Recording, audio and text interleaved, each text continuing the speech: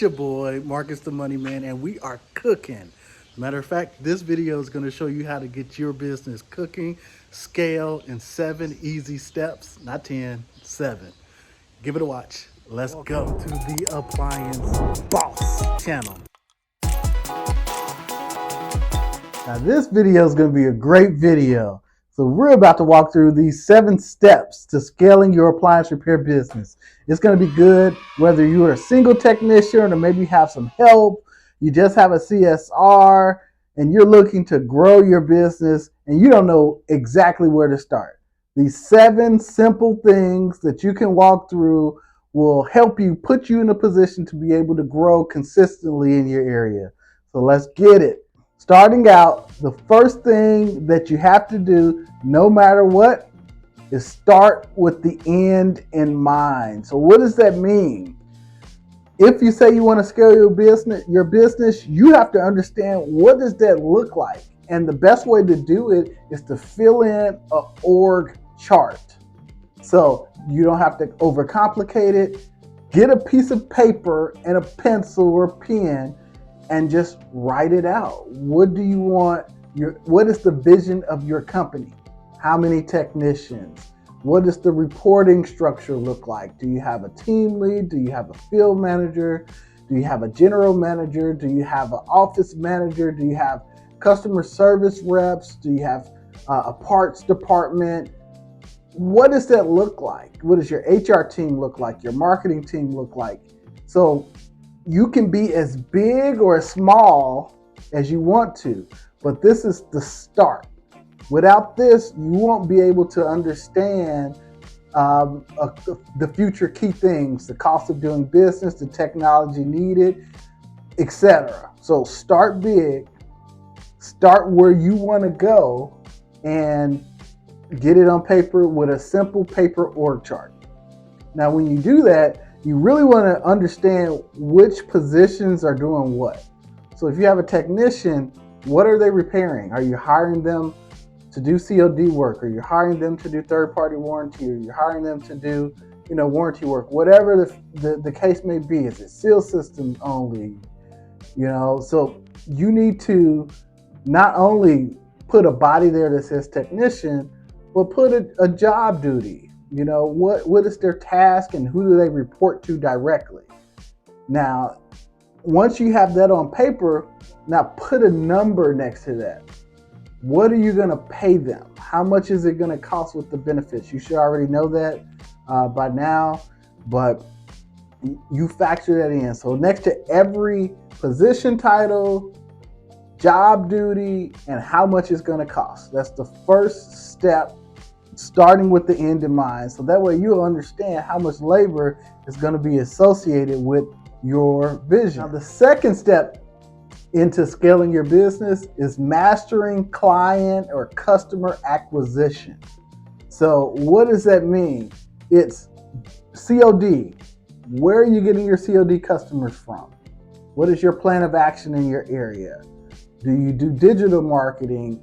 Are you going to places, passing out cards, flyers, is it word of mouth? Is it community meetings, B&I meetings, etc.? You want to be able to figure out exactly how you're going to get your customers and understand based on your different acquisition method, how many customers can you expect from that?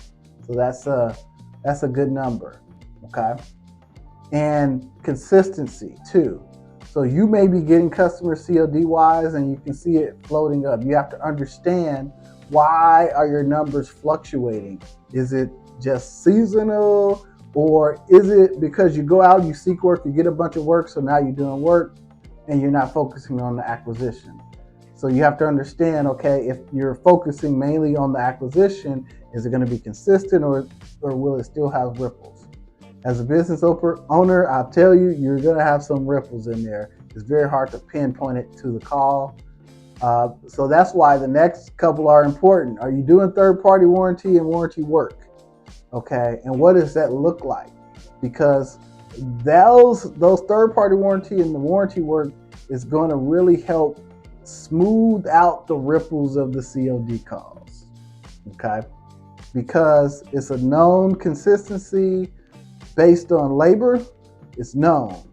The number of calls can be fairly consistent from month to month as well, depending on the service, right? But if you have multiple channels, you can really kind of fine tune that in as well. So you have to master your customer acquisition and feel comfortable with the number of customers you're bringing in to be able to support your vision. Now, the third thing, and you knew it was coming, what is the cost of doing business? So just to recap, we walked through setting the vision and understanding what that looks like, hiring people, how much it's going to cost, to for them to do the job, okay? How much you're willing to pay.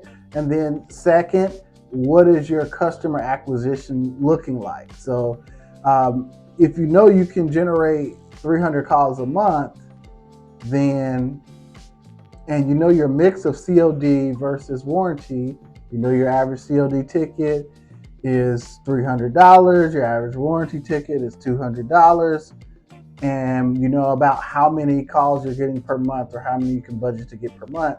Now you can begin to do your cost of doing business, okay? So take a step back. You have to understand what your expenses or fixed expenses are going to be, okay? If you have any rent, okay? Do you have any insurance? Things like that. So insurance can kind of go up as you add people or lose people, but you know there's going to be a baseline, a minimum event, okay? So you have to document what are your minimum expenses. Now, if you couple that with your average ticket price, you'll be able to understand, okay, how much margin you have left.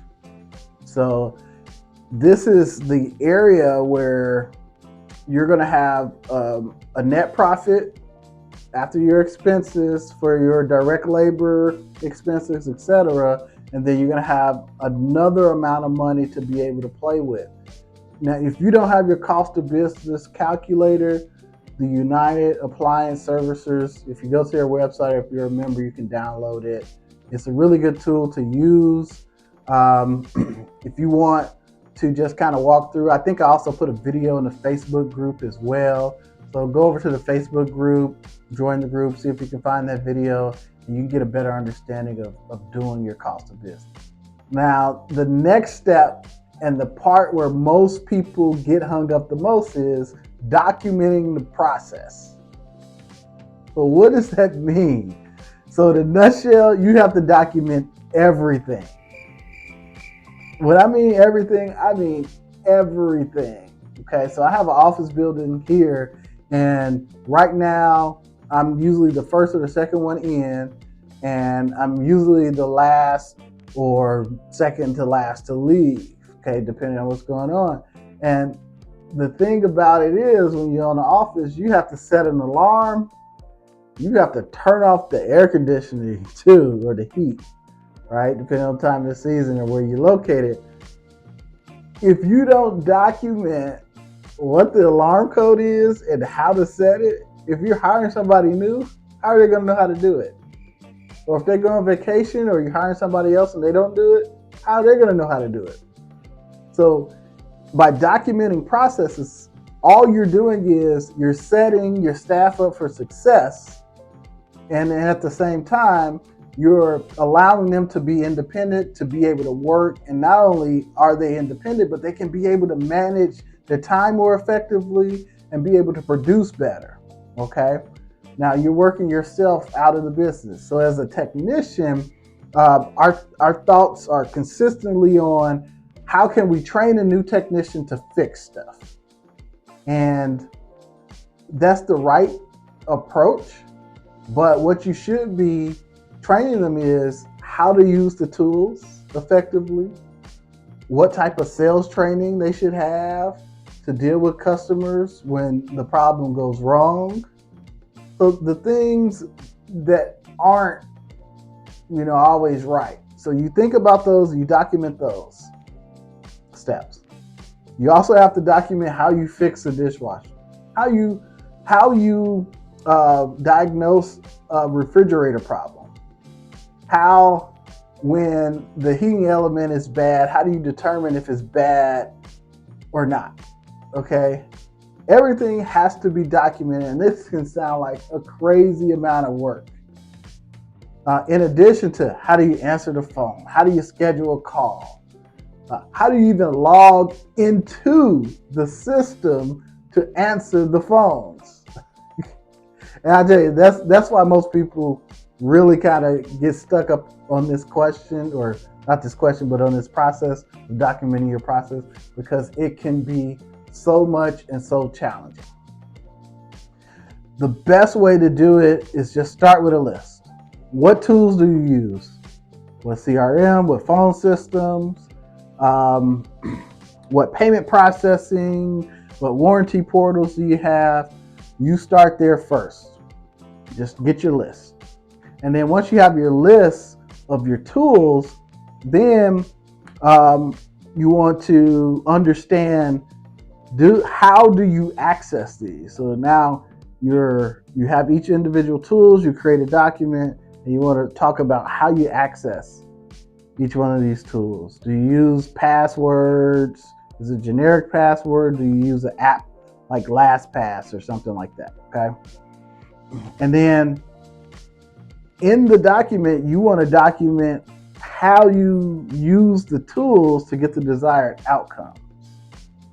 Okay, so that's the best way to build your back office. Now, the technical training is in a very similar way.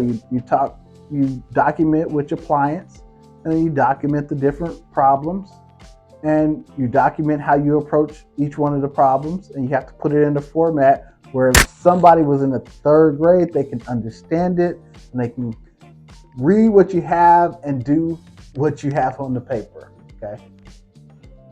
There's multiple ways you can document things. It can be through video. It could be through a document. It could just be through pictures, and they're just kind of scrolling through. So that's up to you. But no matter what, you have to document what you're doing. So after everything is documented, well, let me not pass this. If you're having problems documenting or putting things together, or you feel like you have gaps in what you're doing, I also offer consultation services. So if you click a link in the description, you can sign up, meet with me one-on-one, and then we can just kind of walk through exactly what you want. And based on where you are and what you need, we'll go ahead and take care of that for you. Now, the next step is hiring and recruiting. Okay, it goes hand in hand. Trust me, I have hired people, I've made mistakes, I've done right things, and this is something that if you don't understand, rewind it and re-listen to, okay? You need a job description. The job description needs to outline what they're going to do and what skill set they need to do that job. Please be specific. So if you use specific tools, so say like we use Google products, I put in there Google Sheets for the people who are going to use Google Sheets. Now, if you can be as specific in your job description, then it's going to not only weed out the people who look at it and say, I have no idea what that is, but the people who use these specialized tools, they'll be even more excited because they'll know they'll do well in the position because they've used the tools before. And when you speak with them, you'll have a better conversation about and understanding if they know how to use it the way you're using it. Okay. Job description is a key. The wage. So you already built your org chart and identified what your salary is. It's okay to put a wage range in your job description and your posting, right? Because you want to build something where someone can come into your organization, build and grow. Okay, so if your position pays $20 an hour for an office manager and you don't have a pay range in mind, a sliding pay range, or I don't know if that's the right term or not, but if you don't have a pay range from like, example 18 to $25, then you don't have any wiggle room within your budget or within anything to identify this role pays this much before you can, get a promotion or before you max out. Okay, wage, thinking about that is important. Having that as part of your job description is important as well. And then also, lastly, you want to use a system where you can document who you recruit, who you interview, so you can do follow-up calls. Because not everybody's going to be ready to join your organization, and you don't want to miss on the important people or some really good people that you had good conversations with before, because you are going to need them in the future. Nobody comes to a job and stays forever. So if you use tools like Indeed or ZipRecruiter or whatever, and you pay them money to find people, to talk with them, to see if they'll be a good fit for your company, the next step is to make sure you at least have a system in place to keep track of what you paid for. Because if I'm going to spend $100 to go through a couple resumes to find one person, and I got two good quality candidates in there, you best believe I'm going to keep that secondary quality candidate and be able to follow up when I have a position available. But conversely, if you have 30 crappy candidates in that pile, you want to have a system in place so you won't be going back through the same resumes over and over and over again. Okay, so now you have a system in place to keep track of that, and one, you can keep track of the good people, and two, you won't waste your time. All right, so hire and recruit. Now the recruiting part is really putting the presence. It's a combination of social, online, and having a good website and core values that you can speak towards, or mission statement, etc.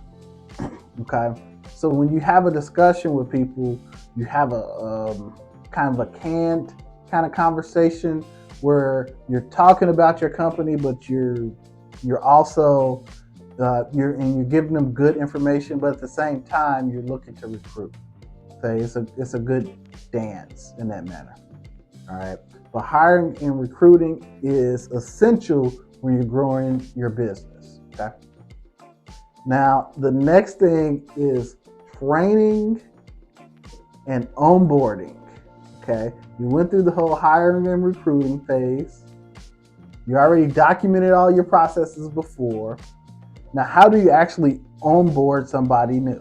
So if it's a CSR, how do you put them in a position to be able to go through all of the files, the SOPs, etc. that you developed, so that way they can access the systems and be up and running?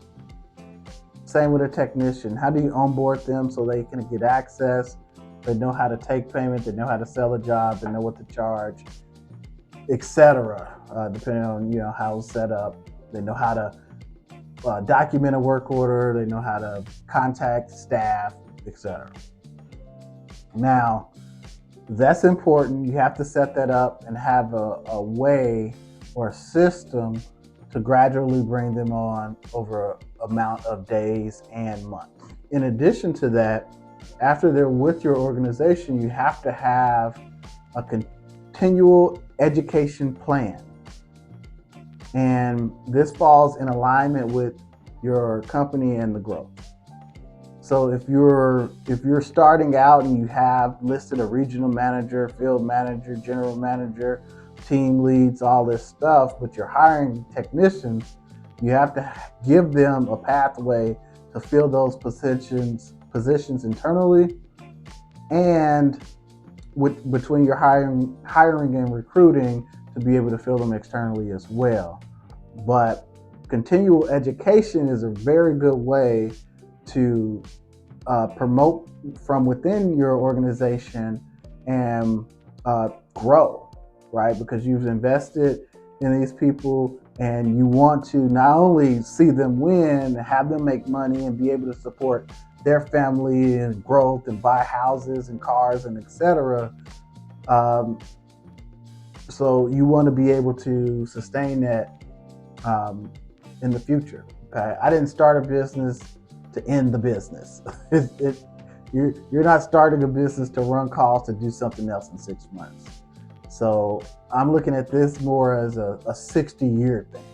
How can we continue to be in business where I am no longer here and it's either running and our systems are in place, or people who they can retire here and tell their children back when they used to work with it. All right. Training is that key, but continual education is also a key. Okay. The last step, and I think a lot of people leapfrog to this step, is measuring your results. Okay. You can't measure your results unless you have data. Now, at the same time, KPIs, or your key performance indicators, they're something that are lagging measures because you get the signal. So if I have 10 jobs completed in a week, you have to be able to schedule more than 10 jobs in a week. So a KPI of 10 completed jobs is a lagging measure. All right. I can go to a whole spew about leading measures, lagging measures. It's what I did for years. When I worked with medical equipment repair, I was a clinical engineering corporate director, and I managed a book of business, a very, very large book of business. But KPIs are important, and then at the same time, you don't want to have too many of them, because the intention of the KPIs is to get everybody on one accord, marching towards one goal. So if you have KPIs and they're all over the place and they don't align with each other, then you're going to have people fighting, for instance, if your KPI is to have dryers repaired 100% first time completes, and you have another KPI is to schedule as many refrigerators as possible, or schedule 20 refrigerators weekly, then it conflicts with the two. Okay, so that's an example. So a better KPI would be, I want to schedule, or I want to have 80% first time repairs on dryers, and then I also want to schedule at least 30 dryers.